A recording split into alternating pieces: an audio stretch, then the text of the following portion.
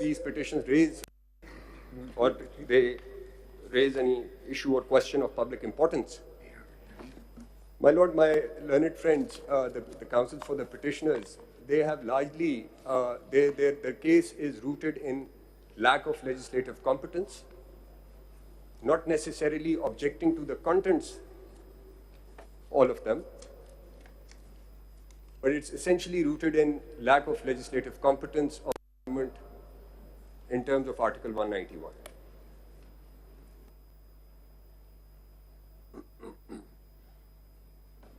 And the argument, my lord, is that because the powers and because this honorable court in 1980 had made rules, therefore the field stands occupied and in any event could not legislate. My lord, firstly, insofar as public importance is concerned, my lord would have now gone through the law and my lord would see that this law in fact deals with the concentration of powers, barring one provision, but concentration of powers in one office. What this law endeavors to do is, it democratizes this institution, brings more transparency, and structures the discretion, which is something, this structuring of discretion is something which has found favor with this court. The 7 principles enunciated in Amanullah case, PLD 1990, Supreme Court 1092. PLD 1990, Supreme Court 1092. Open policies, open plans, transparency, and so on, which this court has held that it is required of every, and of course it was with regards to the powers that the executive exercises. Now, these are all administrative powers we are talking about. This law deals with largely, barring, of course, Section 3. There was a question that was raised. I'll address towards the end, and Section 5, which I will address separately. So, insofar as public importance is concerned, this law, in fact, deals with the issues which are important for public, which is the litigants.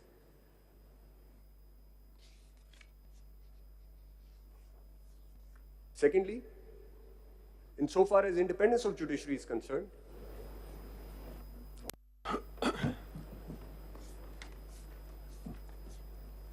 my lords, there is no external element, which is to say that no other institution which has given any role whatsoever under this act insofar as practice and procedure of this court is concerned. It is all confined within this court. And that alone suffices insofar as the lack of any basis to challenge this act on the basis of violation of any fundamental right, because Article 9, yes, Article 9 as expounded by this court, access to justice and of course independence of judiciary is something which is which every citizen of this country is entitled to.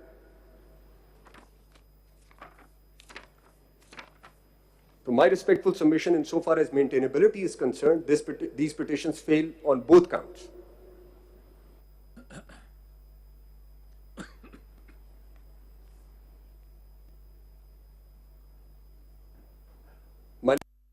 In continuum, as far as independence of judiciary is concerned, and I take your lordships to page 6 of this paper book.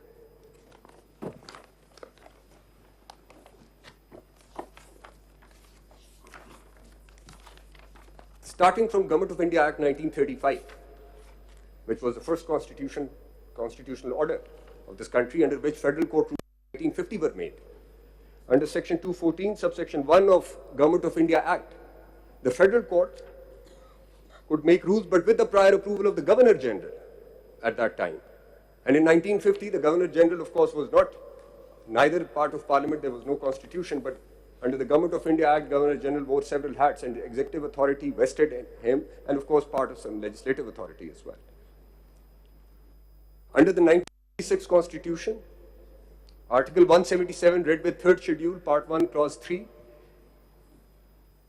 The rules were made with the prior approval of the President. There was not even a mention of any law as far as the 1956 Constitution is concerned. 62. 62.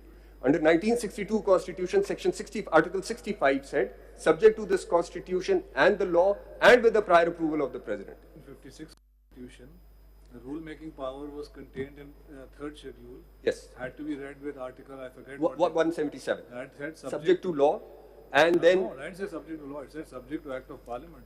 Act of Parliament, but I'll address that, which my Lord has just pointed out. I will address, my Lord, that question. My Lord, as far as... Just bear with me. Sir, एक second. I'll just... Article 177, I'd read it out, just for clarity. Until other provisions are made by an Act of Parliament. Third schedule would apply. And as far as 1956 Constitution is concerned, nothing happened under that Constitution, but the Constitution provision was until an Act of Parliament is made with the prior approval of the President. Rules were made The 56 rules were made under the 56 Constitution. 56 Constitution, and Act of Parliament was not made. 56 rules came with the prior approval of the President. Is there any so as far as... Is there any difference between Act of Parliament and law? I'll address that question, my Lord. This is a question that I've noted, I'll address it. Under the 1962 Constitution, Article 65, subject to the Constitution and the laws, Supreme Court could make with the prior approval of the President.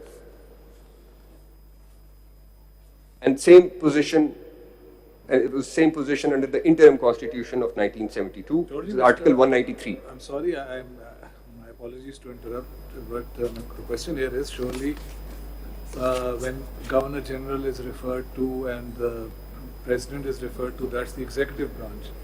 The 73 Constitution had the models from going back to 1935 up to 1972. It eschewed the controlling power of the executive branch. So surely the argument there is that the framers of the Constitution expressly were trying to strengthen the independence of the judiciary, and at least, if I may use the term, eliminating one particular branch from the equation. So the argument perhaps is reverse of what you are saying. No, I'm coming to that. Keep I'm coming to that. In mind. No, I have it in mind. I have it in mind, and when I went through this, I noticed that the executive branch was removed, but not the legislative branch. So this is the effect of 1973. This is what has happened under Article 199. The executive action was... It's a pointer in that of the direction in which constitutional law is traveling. I'll address that. My Lords, under Article 145, Clause 1, it is subject to law and with the prior approval of the President, and so is the position in Bangladesh under Article 107, identical to what is in India and what we had. With the Constitution, these references, when they say subject to approval of the President, is it unilateral discretion of the President, or it is President advised by the Chief Executive, albeit the Prime Minister, who that is? My Lord, so if we look at the jurisdictions where we have this position, of course in India, he acts on the advice. And if, for example, under Article 191... Government has the last say, not Parliament. Yes. It was, no, my Lord, with the distinction. The prior approval of the President means effectively prior approval of the Prime Minister, not the legislature. Yes. You said that in the Indian Constitution also it says subject to law, but that provision doesn't read like that. It's subject to the provisions of the law made by Parliament. Yes. So it's not subject to law. I will come to that when I take you to Article 191. I'll come to that. I'll come to that when I take you to 191. I'm just clarifying जो आपने argument की. My Lord. वहाँ ये नहीं लिखा हुआ. जी when I'll address subject to law, I'll be addressing. You reproduce. It's 6 and 7, yes, my Lord. Now, in other jurisdictions, in United States, for example,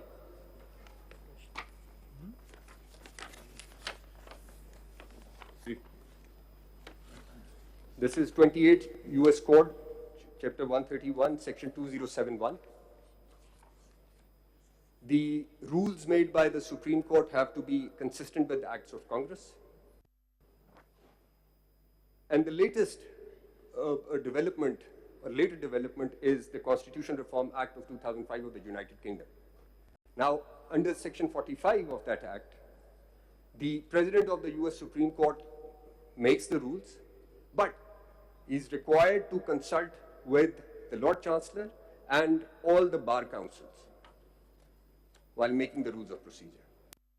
So this is the progression, or this is how, this is the system that we have in place. 2000 UK Act, does that... 2005. 2005 UK Act, for example, do the rules have to be placed before the Houses of Parliament? Or is there any involvement at all by the legislative branch? There is none, but... He has to consult. He has to consult. Now, whether... Other than the Lord Chancellor, who is a dying breed in the, sadly, in the UK system, but anyway, Parliament has made the law despite their rule, sovereign legislative supremacy. The Parliament itself has said it's got to be totally independent of us. Yes. And for that, now I take ownership to Article 191. Now, this is where I will address what the term law means and what is the scope that this term has, and whether an act of Parliament would be actually covered under the term law or not.